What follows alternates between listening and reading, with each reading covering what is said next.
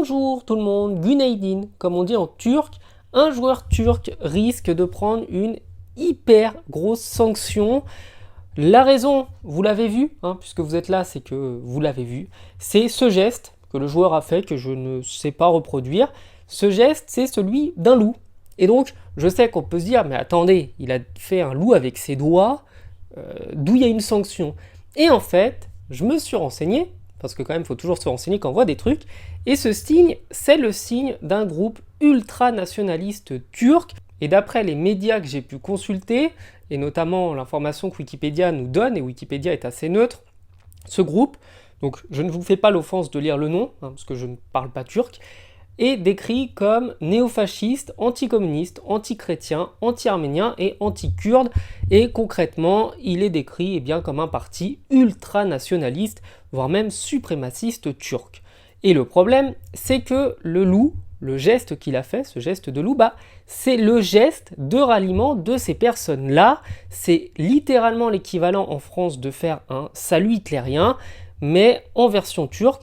Donc forcément, nous, je dirais, public lambda qui ne vivons pas en Turquie, nous n'avons pas compris le geste. On pensait simplement que c'était un geste comme « ouais, super », comme « ouais, le V de la victoire ». Moi, c'est ce que je pensais au départ. Et en fait, non, c'est un geste vraiment très dur. D'autant que la Turquie ne reconnaît toujours pas le génocide arménien, que la plupart des Turcs qui vivent en France, pour avoir parlé quand même avec pas mal de Turcs, ne reconnaissent pas le génocide arménien et que dans l'ensemble, il y a même une inversion des culpabilités et la plupart des Turcs vous diront que c'est les Arméniens qui ont fait un génocide contre les Turcs et qu'ils ont fait que se défendre. Donc il faudra m'expliquer comment des enfants et des femmes et des vieillards ont pu agresser de brillants soldats turcs, enfin bref, on ne rentre pas dans ce débat-là, mais concrètement ce qu'il faut savoir, parce que je ne veux pas trop rentrer dans la politique, c'est que l'UEFA va enquêter, que le joueur risque de prendre une énorme suspension, comme ça avait été le cas avec un joueur de la Lazio il y a plusieurs années qui avait fait un salut hitlérien.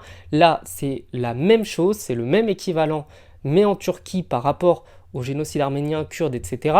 Et donc, forcément, ça ne passe pas.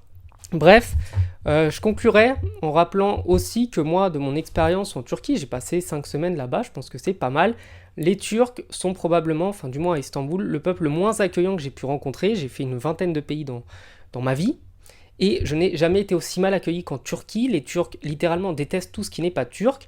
J'avais un propriétaire de Airbnb qui était kurde, lui, et qui m'a parlé pendant des heures de toutes les discriminations qu'il subissait, de toute la haine qu'il subissait de la part des autorités du pays. Tout le monde s'en prend aux Kurdes et aux Arméniens avant eux.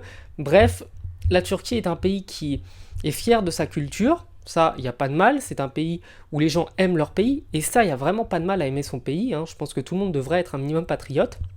Mais littéralement, c'est un pays qui ne reconnaît pas les horreurs qu'ils ont pu commettre et qui vont systématiquement accuser les autres. Et donc évidemment, vous verrez de la part des Turcs une défense aveugle de ce joueur, disant qu'il a simplement voulu montrer l'amour pour sa patrie. Sauf que quand on veut montrer l'amour pour sa patrie et qu'on a un drapeau turc sur son maillot, on peut peut-être l'embrasser, on peut peut-être le mettre la main au cœur et montrer qu'on aime son pays, et faire des signes qui sont considérés comme des signes discriminants et haineux n'est peut-être pas le meilleur moyen de montrer qu'on aime son pays. Bref, c'était que mon avis. Je vous souhaite de passer une bonne journée. Ciao.